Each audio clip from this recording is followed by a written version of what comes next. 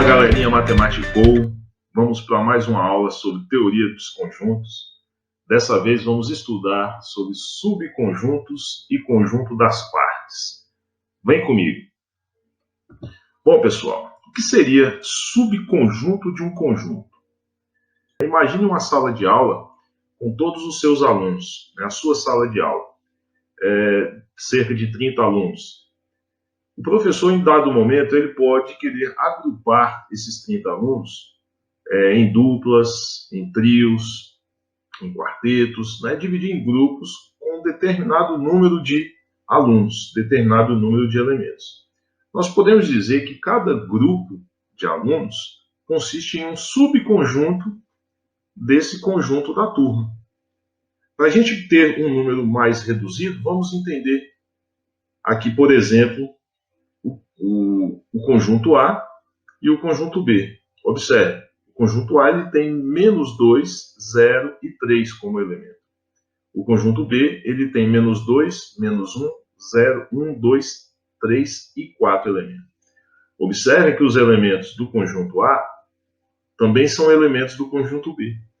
Isso que torna o conjunto A um subconjunto do conjunto B.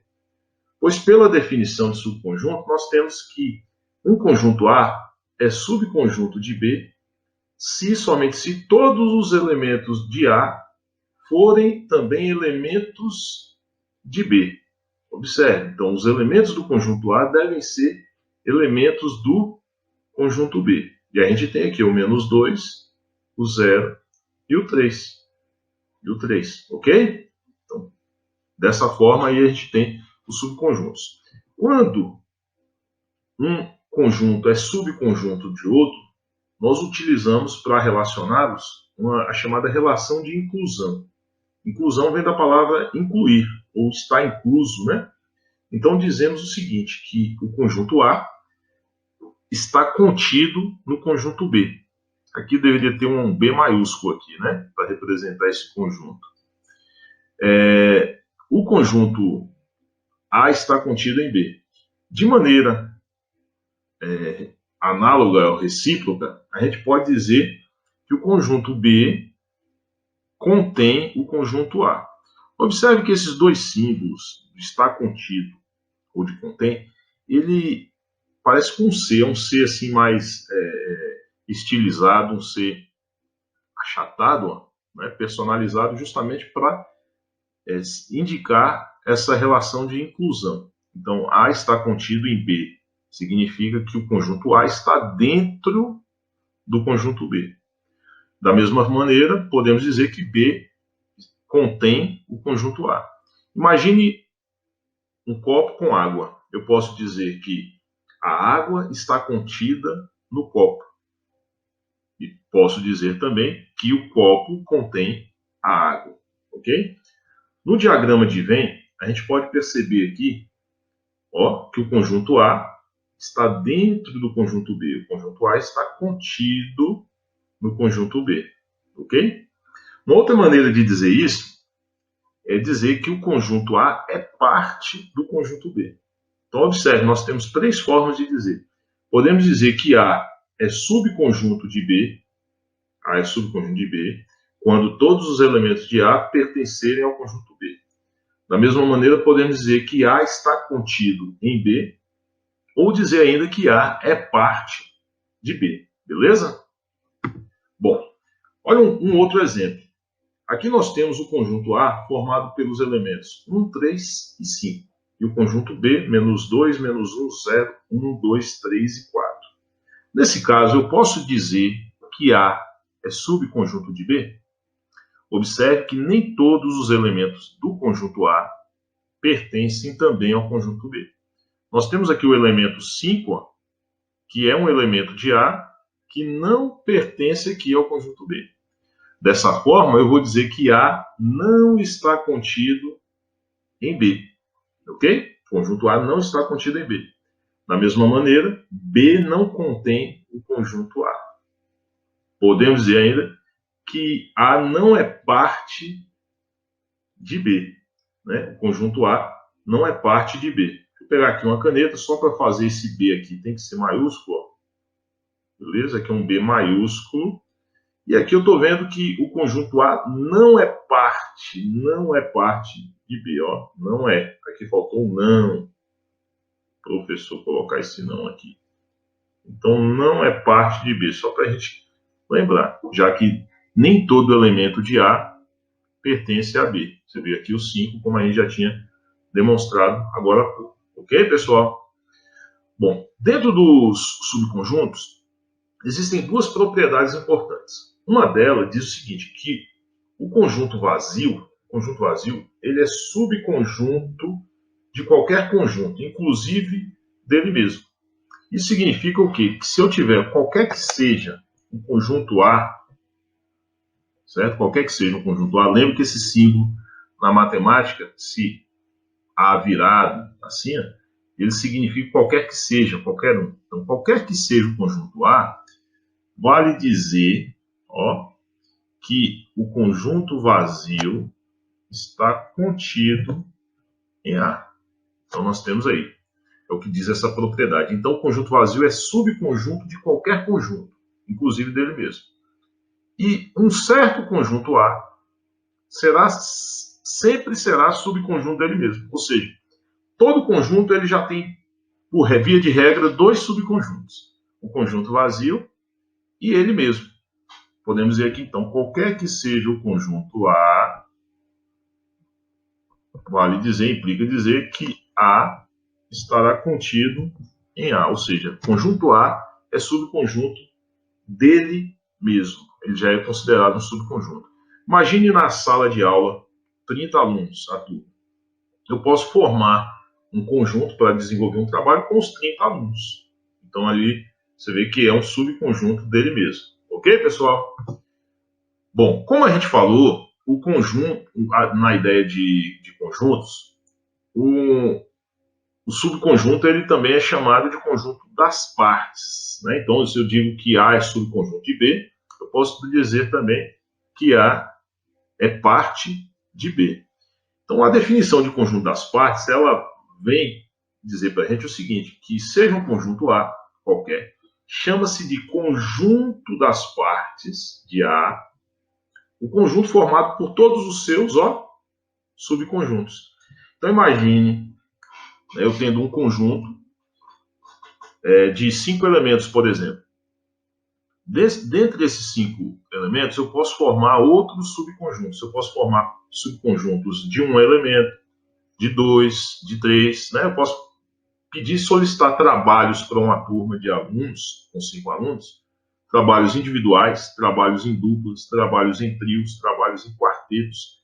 Então, essa maneira de organizar esses grupos vai me dar aí todos os subconjuntos. Todos esses subconjuntos formam um conjunto chamado de conjunto das partes. Veja só um exemplo para clarear um pouco mais. Imagine que eu tenho aqui um conjunto A formado pelos elementos A, B e C. 3 elementos, ok? Desses 3 elementos, eu quero identificar quais são o conjunto das partes formado a partir desse conjunto. Ora, nós podemos formar subconjuntos aqui agora com um elemento apenas. Posso formar subconjuntos com 2 elementos e posso formar um subconjunto com 3 elementos, no máximo. Eu não posso formar aqui um subconjunto com 4 elementos, nem com 5, uma vez que eu só tenho aqui 3 elementos, observe. Então, o conjunto das partes de A deve reunir todos os subconjuntos, lembrando daquelas propriedades que incluem os 2 subconjuntos, o vazio e o próprio conjunto. Então, vejam só. Conjunto A é formado pelos elementos A, B e C. Então, vamos formar aqui um subconjunto, primeiramente os subconjuntos de um único elemento. Então, nós vamos ter aqui um subconjunto formado pelo elemento A, um subconjunto aqui com o B, um subconjunto aqui com o C. Utilizei um elemento para formar cada subconjunto. Agora vamos formar subconjuntos de 2 elementos. Eu posso juntar o A e o B, posso juntar o A com o C e posso juntar também o B com o C, ok? Já formei todos os subconjuntos com 2 elementos. Resta para mim agora de 3 elementos, que é o próprio conjunto A, e lembrar que o conjunto vazio é subconjunto de todos os conjuntos. Então, observe que aqui, o nosso conjunto das partes, e a gente representou aqui, ó, P, parênteses, A, indica partes, esse P é de partes, ok? Partes do conjunto A, ou conjunto das partes de A. Então, ficou aí, ó, pelos subconjuntos A, B, C, AB, AC, BC, ABC e vazio. Então, esse é o conjunto das partes de A.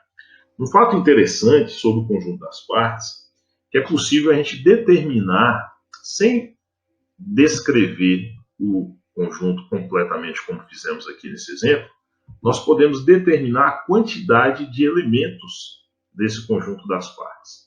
Para isso, a gente tem o seguinte, ó, se o conjunto A tiver n elementos, um número de elementos n vai representar um número qualquer, não é isso?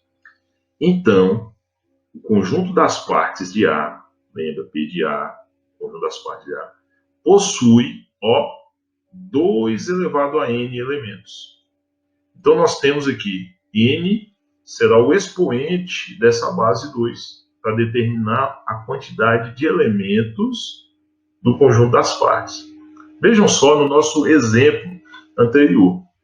Nós pegamos o conjunto A, formado pelos elementos A, B e C, e detalhamos aqui o conjunto das partes de A, né?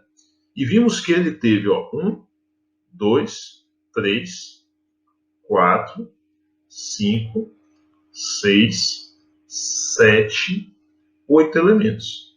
Seria possível, pessoal, identificar, calcular a quantidade desses elementos, mesmo sem detalhar esse conjunto das partes e escrever.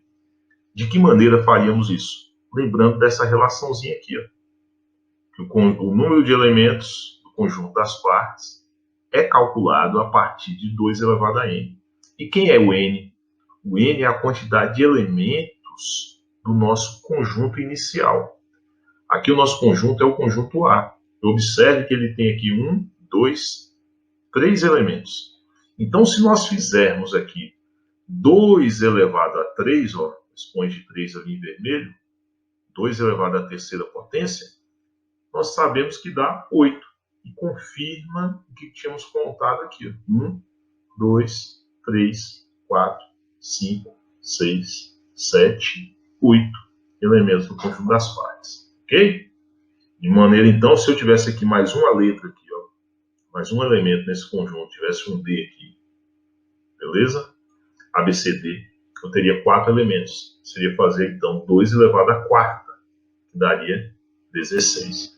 E aí, na descrição, na representação desse conjunto aqui, nós teríamos, além de formar os de 2 elementos e os de 3, a gente teria que formar com 4 elementos. E aí de 3 também ia aumentar, né? Também, tanto de 3 quanto de 2, de maneira que daria 16 elementos nesse conjunto, com um acréscimo de mais um elemento ali. Beleza? Espero que tenham entendido aí essa parte também. Bom, para a gente clarear um pouquinho mais aqui e tirar qualquer dúvida, vamos a alguns exercícios aqui. Olha só, sendo x 10 e 15, conjunto x formado pelos elementos 10 e 15, y 10, 15 e 20, z 10, 15, 20, 25 e 30, e w 20, 25, 30 e 35. Classifique em verdadeiro ou falso cada sentença abaixo e justifique. Bom, x está contido em y. X, formado por 10 e 15, está contido em y. Então, vamos ver. É mesmo que dizer x é subconjunto de y. Para que x seja subconjunto de y, todos os elementos de x devem pertencer também a y. E a gente pode perceber que o 10 está presente ou pertence, e o 15 também pertence. Então, é verdadeiro. E a nossa justificativa já é dada quando eu digo que todo elemento de x também é elemento de y. Y está contido em z. Y está contido em z? Vejamos. 10 pertence a Y e também pertence a Z. 15 pertence a Y e também pertence a Z. 20 pertence a Y e também pertence a Z. Dessa forma, temos uma afirmativa aqui também verdadeira. Z não está contido em W. Para que Z não esteja contido em W, tem que haver pelo menos um elemento de Z que não seja elemento de W. Vejamos. Z tem 10, o elemento 10, por exemplo, 10, 15, 20, 25 e 30. Esses elementos 10 e 15, observe que eles não pertencem ao conjunto W. Então, devemos dizer que Z não está contido em W, o que torna também essa afirmativa verdadeira. Letra D. X não está contido em Z. Ora, para que X não esteja contido em Z, tem que ter pelo menos um elemento de X que não seja elemento de Z. E aí a gente pode perceber que X tem 10 e o 10 também pertence a Z. O X tem o elemento 15 e 15 também pertence a Z. Dessa maneira, X está contido em Z. Portanto, essa afirmativa é falsa. Ok? Bom. Questão 2. Determine o número de elementos do conjunto das partes de A quando A é igual a X, tal que X é número positivo ímpar menor que 11. Então, nós queremos saber quantos elementos tem o conjunto das partes de A. Para isso, vamos escrever aqui o conjunto A e observar quantos elementos ele possui, primeiramente. Beleza? Então, vejamos aqui. O conjunto A, ele possui quantos elementos? X é número positivo ímpar menor que 11.